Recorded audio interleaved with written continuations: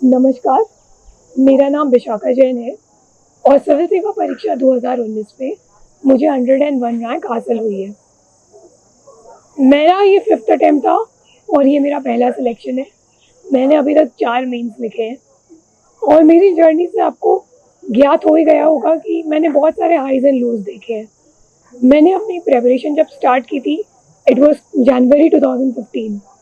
तब मैं एक बहुत नाइव थी, मुझे इस एग्ज़ाम के नेचर के बारे में कोई आइडिया नहीं था। मैं बहुत कॉन्फिडेंट थी क्योंकि मैंने सीए फाइनल, सीए के सारे लेवल्स सब कुछ एक बार में क्लियर किया था। Academically I was a bright student, इसीलिए मैंने ये सोचा था कि ये एग्ज़ाम भी मुझसे एक ही बार में हो जाएगा। पर 2015 में एक्चुअली मुझसे प्रीलिम्स मैंने 6 महीने में क्लियर कर भी लिया, 6 महीने की पढ़ाई के बाद, जिस वजह से मेरा कॉन्फिडेंस और बूस्ट हो गया। पर उस साल मेरा मेंस नहीं हो पाया क्योंकि मैं बिल्कुल रेडी नहीं थी। फिर मैंने सोचा, मैं निराश नहीं हुई, मैंने सोचा कि अगले अटेम्प्ट में मैं अच्छे से तैयारी करूँगी, पूरे साल मेंस की तैयारी करूँगी, हर एक पेपर को अच्छे से गहराई से समझूंगी। मैंने भी काफ़ी टॉपर स्ट्रैटेजीज़ देखी, बहुत सारे लोगों से बात की और टेस्ट सीरीज़ ज्वाइन किए। मैंने वाजीराम, विजन, इन सब के टेस्ट सीरीज़ ज्वाइन किए। अपने मेंटोर्स से मिली, the people who checked my papers, उनसे बातें की, किस तरह से इम्प्रूव कर सकते हैं आंसर राइटिंग। मुझे मार्क्स भी अच्छे आ रहे थे, रैंक भी अच्छी आ रही थी और मेरा फाइनल एग्ज़ाम जो मेंस फाइनल था वो भी मेरा अच्छा हुआ था। मैंने सारे क्वेश्चंस अटेम्प्ट किए थे, पेपर कंप्लीट किया था और मुझे लगा था कि मुझे इंटरव्यू कॉल तो आ ही जाएगा। तो मैंने एक्चुअली इंटरव्यू की प्रिपरेशन भी शुरू कर दी। लेकिन जब मेंस का रिजल्ट आया तो मुझे बहुत बड़ा झटका लगा। मेरा सारा ऑप्टिमिज्म निराशा में बदल गया। मुझे लगा अपना हार्ट एंड सोल देने के बावजूद, सब कुछ पूरी मेहनत करने के बावजूद, जो भी मेरे हाथ में था मैंने सब कुछ किया, उसके बाद भी मुझे इंटरव्यू कॉल नहीं आया। इस कारण मैं बहुत निराश हुई और मैंने सोचा अब मैं कॉर्पोरेट जॉब ज्वाइन कर लूँगी क्योंकि already I am a chartered accountant and I should not waste my time in the preparation itself. So मैंने कॉर्पोरेट जॉब ले लिया बॉम्बे में and I started working. But चूंकि मैंने फॉर्म भर दिया था तो मैंने सोचा चलो ठीक है, प्री तो दे देती हूँ। बट मेरी प्रिपरेशन बिल्कुल नहीं हो पाई और थर्ड अटेम्प्ट में मेरा प्री भी नहीं हो पाया। प्रीलिम्स ना होने के बाद जब मैं जॉब कर रही थी तो कहीं ना कहीं मेरे अंदर एक अनसेटिस्फैक्शन था।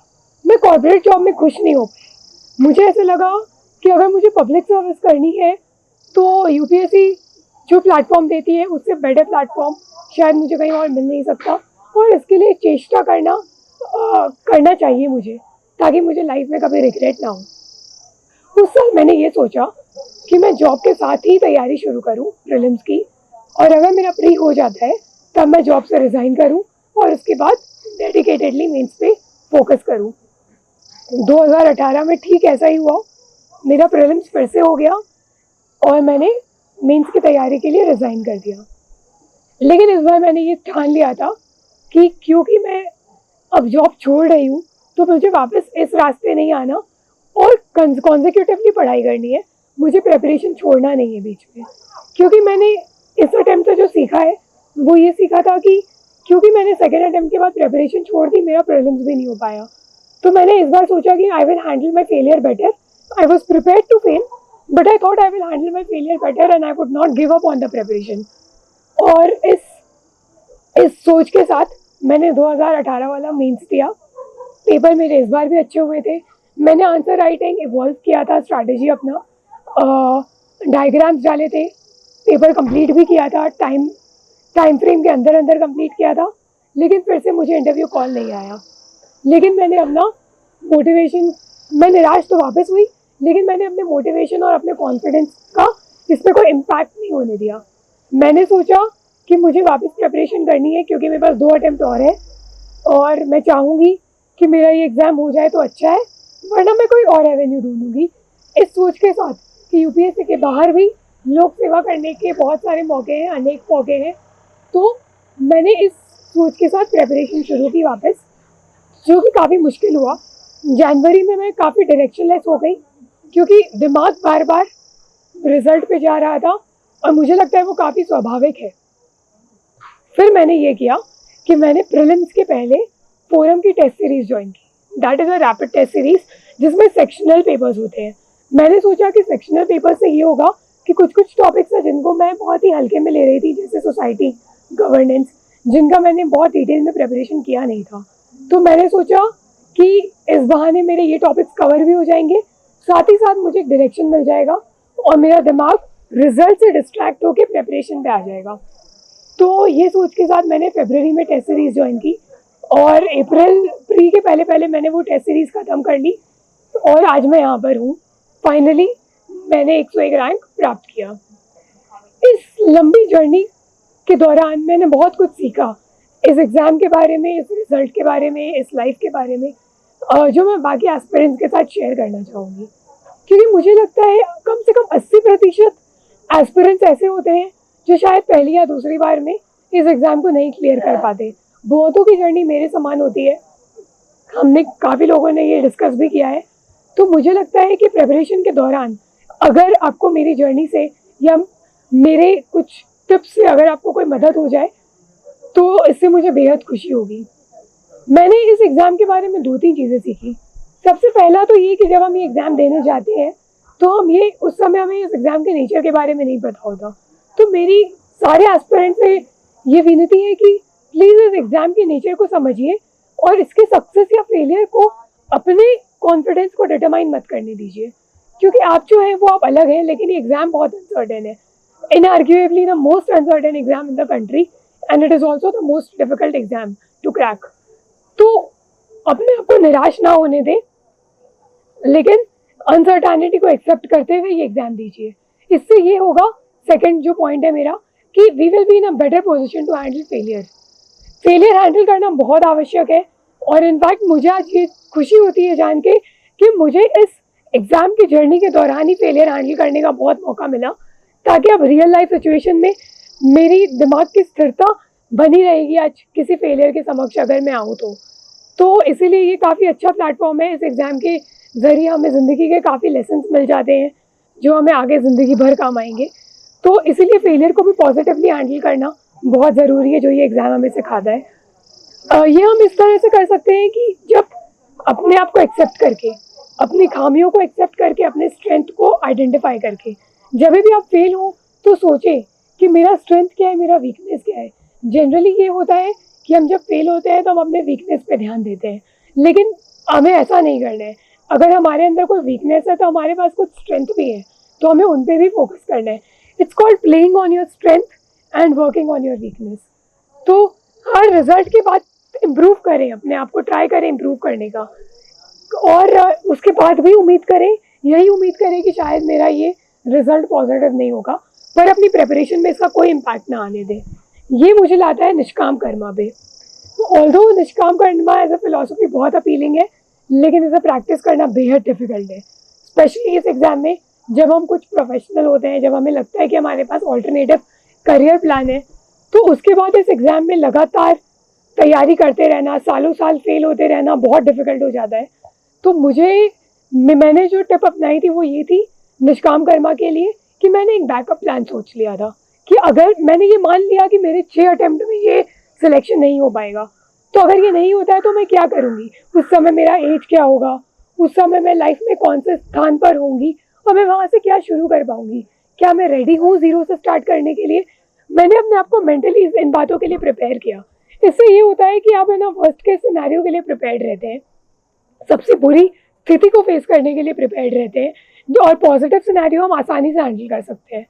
इस साल भी आई वॉज होपिंग, जब मेरा इंटरव्यू का कॉल आया तो भी मैंने ये नहीं सोचा कि इस बार it will get converted into selection.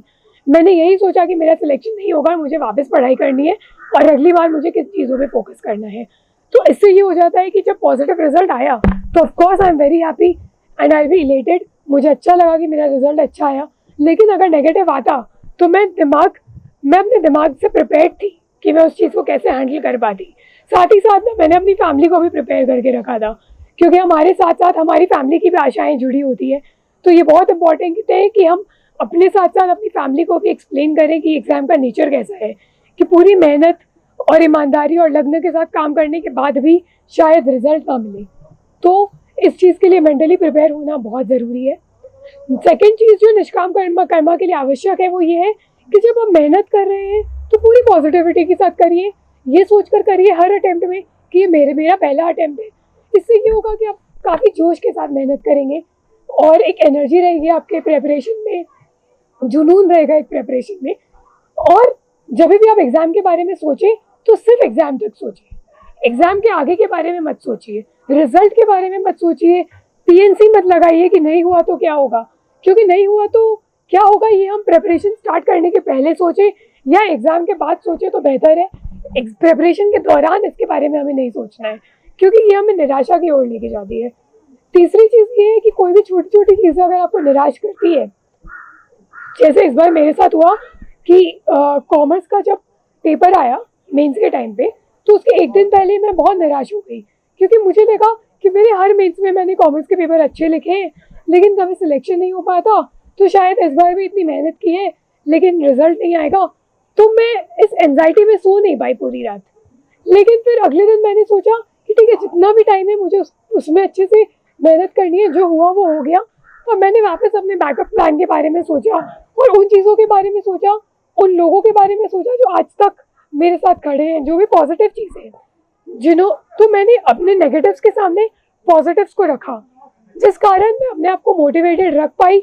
और फाइनली एग्ज़ाम के जो पहला वाला रात था वो मैं एकदम अच्छे से सोई, 8 घंटे सोई, अच्छे से पेपर लिखा और मुझे लगता है कि कहीं ना कहीं इट हैज़ पेड ऑफ। तो मुझे लगता है कि निराश होना काफ़ी स्वाभाविक है, क्योंकि it's a very difficult journey. लेकिन जब भी निराशा की घड़ी आए तो उसको किसी पॉजिटिव चीज़ों के साथ आप अपने सामने कुछ पॉजिटिव चीज़ों को याद करें जिसने आपको आज जो आप हैं वो बनाए रखा है। थर्डली ये भी इंपॉर्टेंट है कि आप है ना स्मॉल विंस से कॉन्फिडेंस डिराइव करें, छोटी छोटी wins. For example test series में अच्छे मार्क्स आ जाना, फॉर एग्जाम्पल आपका कोई टारगेट पूरा हो जाना कि मैंने सोचा कि आज मुझे इतना पढ़ना है और मेरी इतनी पढ़ाई हो गई। तो इस तरह से अगर हम ये छोटी विन से खुशियाँ लेंगे तो हमारी प्रेपरेशन काफ़ी पॉजिटिव हो जाएगी। और एक बात ये भी है कि इतनी लंबी जर्नी में शायद हम पढ़ते पढ़ते थक जाते हैं। कभी कभी ऐसे लगता है कितने साल से पढ़ाई कर रहे हैं, कितनी पढ़ाई करेंगे, अब और पढ़ाई नहीं कर सकते। जब इस तरह की थॉट आए ना तो आप बुक के सामने मत बैठिए, तब आप किताब बंद कर लीजिए और कुछ ऐसा करिए जिससे आपको लगे कि आपका अगले दिन आप पूरे जोश के साथ पढ़ाई कर पाएँ।